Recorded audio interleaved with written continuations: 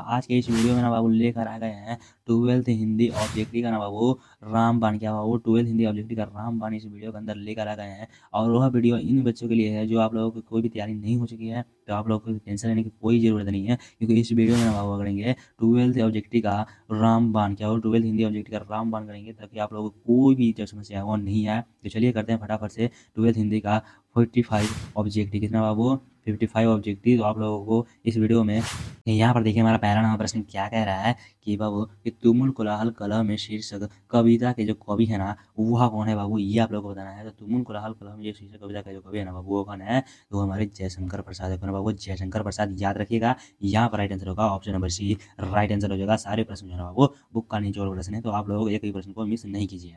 देखिएगा हमारा 2 नंबर प्रश्न कि कवि भूषण का प्रथम कवि किसी ऐतिहासिक पुरुष से संबंधित है। क्या बाबू कि कवि भूषण का जो प्रथम कवि था ना वो किस ऐतिहासिक पुरुष से संबंधित है, ये आप लोग को बताना है। तो वो समझ किसे बाबू, वह शिवाजी से संबंधित है। किससे संबंधित है, शिवाजी से संबंधित है। यहाँ पर राइट आंसर क्या होगा, option number B right answer हो जाएगा। ओके बाबू।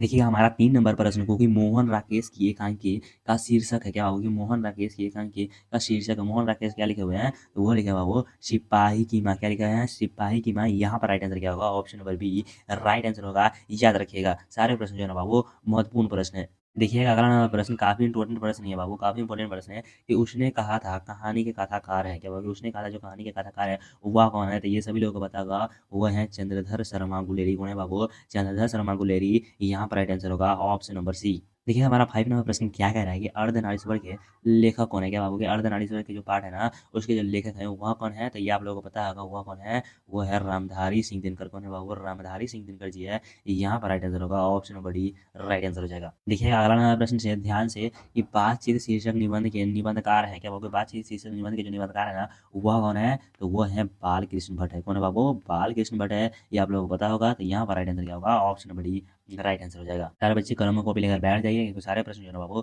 वो बहुत ही वीवीआई प्रश्न है। सारे प्रश्न बोर्ड लेवल प्रश्न है आपके बाबू, तो आप लोग नोट करते चलिएगा, याद करते चलिएगा। देखिए हमारा 7 नंबर प्रश्न यहाँ पर कि मालिक मोहम्मद जैसी किस शाखा के कवि हैं। क्या बाबू, कि मालिक मोहम्मद जैसी जो है ना वह किस शाखा के कवि हैं, तो वो है बाबू हमारे प्रेम मार्गी। कैसे बाबू, प्रेम मार्गी है। यहाँ पर राइट आंसर होगा ऑप्शन नंबर डी।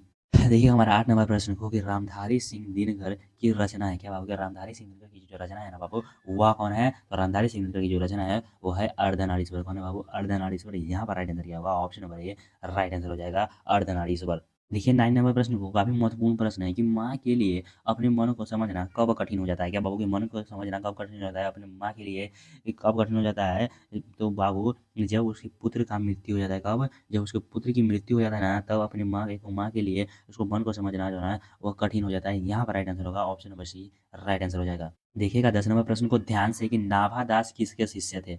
ये प्रश्न काफी इंपॉर्टेंट है कि नाभा दास जो थे वह किसके शिष्य थे, ये आप लोगों को बताना होगा। तो नाभा दास जो थे ना बाबू वह तुलसीदास के, किसके बाबू, तुलसीदास के शिष्य थे। किसके, तुलसीदास के शिष्य थे। यहाँ पर राइट आंसर होगा option number C right answer हो जाएगा। देखिएगा हमारा 10 नंबर प्रश्न क्या कह रहा है कि नाभा दास किसके शिष्य थे। क्या बाबू, नाभा दास जो थे ना वह किसके शिष्य थे, तो ये आप लोगों को पता होगा किसके शिष्य थे, तो वो थे बाबू हमारा अग्रदास के। किसके शिष्य थे, अग्रदास के थे। यहाँ पर राइट आंसर होगा option number B right answer हो जाएगा। देखिएगा हमारा 11 नंबर प्रश्न काफी महत्वपूर्ण प्रश्न है कि अधिनायक शीर्षक कविता के रचयिता कौन है। क्या बाबू, फटाफट से बताइएगा, ये सभी लोगों को पता होगा कि अधिनायक शीर्षक कविता के जो रचयिता है ना वह कौन है बाबू, तो अधिनायक शीर्षक की जो कविता का रचयिता है वो है रघुवीर साय। कौन है बाबू, तो वो है रघुवीर साय जी। यहाँ पर राइट आंसर होगा ऑप्शन नंबर डी। 12 नंबर प्रश्न को कि एक लेख और एक पत्र शीर्षक पाठ के रचयिता कौन है। क्या बाबू, एक लेख और एक पत्र शीर्षक पाठ के जो रचयिता है ना वह कौन है बाबू, ये आप लोगों को बताना होगा। तो एक लेख और एक पत्र किसका है, वो है भगत सिंह जी का। किसका है बाबू, भगत सिंह जी का है। यहाँ पर राइट आंसर होगा option number C right answer हो जाएगा। देखिएगा अगला हम प्रश्न को ध्यान से कि ओ सदनीरा शीर्षक पाठ किस विद्या के अंतर्गत आता है। क्या बाबू, ओ सदनीरा शीर्षक पाठ जो है ना वह किस विद्या के अंतर्गत आता है, ये आप लोगों को बताना है। तो वो क्या आता है बाबू, तो वो ओ सदनीरा क्या है, तो वो एक निबंध है। क्या है बाबू, वह निबंध है। याद रखिएगा यहाँ पर राइट आंसर होगा option number B right answer हो जाएगा। देखिएगा अगला प्रश्न को ओ सदनीरा पाठ से दिया गया है कि ओ सदनीरा शीर्षक पाठ में किस महापुरुष की जो है ना वह चर्चा किया गया है बाबू। किसकी बाबू, किस महापुरुष की चर्चा की गई औषध नीरा पाठ में, फटाफट से बताइएगा।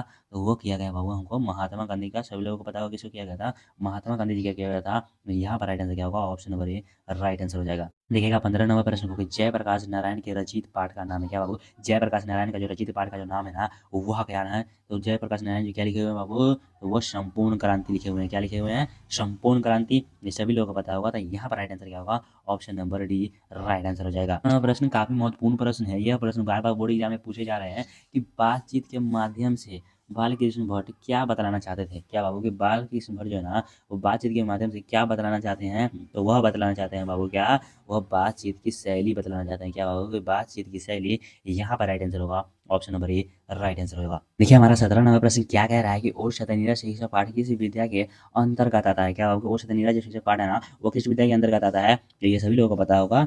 वह निबंध के अंतर्गत आता है। किसके? निबंध के अंतर्गत आता है। यहाँ पर राइट आंसर होगा option number B right answer हो जाएगा। तो सारे प्रश्न भी आया है, एक भी प्रश्न को मिस नहीं करना है। तो यहाँ पर देखिएगा हमारा 18वां प्रश्न क्या कह रहा है कि वो शमशेर बहादुर सिंह की रचना कौन सी है? क्या बाबू? शमशेर बहादुर सिंह की जो रचना है ना बाबू, वह कौन सी है? तो शमशेर बहादुर सिंह की रचना ये सभी लोगों को पता होगा।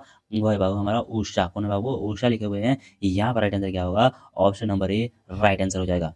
देखिए 19वां प्रश्न को ध्यान से कि एक लेख और एक पत्र के लेखक हैं। क्या बाबू? एक लेख और एक पत्र के जो लेखक है वो कौन है? तो अभी तुरंत बताएं आप लोगों को। वो है भगत सिंह। कौन है बाबू? भगत सिंह है। यहाँ पर राइट आंसर होगा option number D right answer हो जाएगा। देखिए हमारा 20वां प्रश्न काफी महत्वपूर्ण प्रश्न है कि वो कौन से कवि छायावादी नहीं है? क्या बाबू? कि कौन से जो कवि है ना, वो छायावादी नहीं है? तो वो है रघुवीर साय। कौन है बाबू? रघुवीर साय जो है ना, वो छायावादी नहीं है। यहाँ पर राइट आंसर क्या होगा? Option number D right answer हो जाएगा। 21 नंबर प्रश्न को ध्यान से कि ओ सदनीरा शीर्षक पाठ के लेखक हैं। क्या बाबू? कि ओ सदनीरा शीर्षक पाठ के जो लेखक है ना, वह कौन है बाबू? तो ओ सदनीरा कौन लिखे हुए हैं? तो वो लिखे हैं जगदीश चंद्र माथुर। कौन लिखे हुआ बाबू? जगदीश चंद्र माथुर जी लिखे हुए हैं। यहाँ पर राइट आंसर क्या होगा? Option number C right answer हो जाएगा। देखिएगा हमारा 22वां प्रश्न को कि संपूर्ण क्रांति के लेखक है। क्या बाबू? संपूर्ण क्रांति के जो लेखक हैं वह कौन है? तो ये सभी लोगों को पता होगा। वह कौन है? जयप्रकाश नारायण। कौन है बाबू? जयप्रकाश नारायण जी। यहाँ पर राइट आंसर होगा option number A Jayaprakash Narayan. देखिए हमारा 23 नंबर प्रश्न को कि ओम प्रकाश वाल्मीकि की रचना है। क्या बाबू? कि ओम प्रकाश वाल्मीकि की जो रचना है ना, वह कौन है? तो ओम प्रकाश वाल्मीकि की रचना ये तो सभी लोगों को पता होगा। वो है जूठन। कौन है बाबू? जूठन है। याद रखिएगा। यहाँ पर राइट आंसर होगा option number C right answer हो जाएगा। देखिए 24 नंबर प्रश्न को कि अधिनायक कविता के कवि कौन है? क्या बाबू? अधिनायक कविता के जो कवि है ना, वह कौन है? ये आप लोगों को बताना है। तो अधिनायक कविता के जो कवि है ना बाबू, वह रघुवीर सहाय है। कौन है? रघुवीर सहाय। याद रखिएगा। यहाँ पर राइट आंसर होगा ऑप्शन नंबर ए राइट आंसर हो जाएगा। अब अगला नंबर प्रश्न को देखिएगा, काफी इंपोर्टेंट प्रश्न है कि पुत्र वियोग की कविता के कवि कौन है? क्या बाबू? पुत्र वियोग कविता के जो कवि है ना, वह कौन है? तो वो है सुभद्रा कुमारी चौहान। क्या बाबू? सुभद्रा कुमारी चौहान। इस वीडियो के अंदर बाबू आपको पूरा राइटर नेम जो है ना, वह क्लियर हो जाएगा। और राइटर नेम का जो है बाबू, वो 10 नंबर का पूछता ही पूछता है। तो आप लोग इसको पूरा अच्छे से देखिएगा, क्योंकि आप लोगों को 10 नंबर बहुत ही जरूरी है। ओके बाबू? 10 नंबर इससे क्लियर हो जाएगा। ओके, तो चलिए नेक्स्ट प्रश्न की ओर। देखिए हमारा अगला नंबर प्रश्न क्या कर रहा है कि रस के कितने अंग है? क्या बाबू? के रस के जो है ना, वह कितने अंग है? तो रस के जो अंग होते हैं ना बाबू, वह 3 होते हैं। कितने होते हैं बाबू? 3। यहाँ पर राइट आंसर होगा option number B right answer हो जाएगा। देखिए 27 नंबर प्रश्न काफी महत्वपूर्ण प्रश्न है। यह प्रश्न जो है ना बाबू, बोर्ड एग्जाम में बार बार पूछता ही पूछता है कि हिंदी किस भाषा परिवार से है? जो हिंदी है ना बाबू, वह किस भाषा परिवार से है? तो याद रखिएगा, वो है बाबू बहुरूपीय परिवार से। किससे? बहुरूपीय से है। यहाँ पर राइट आंसर होगा ऑप्शन नंबर बी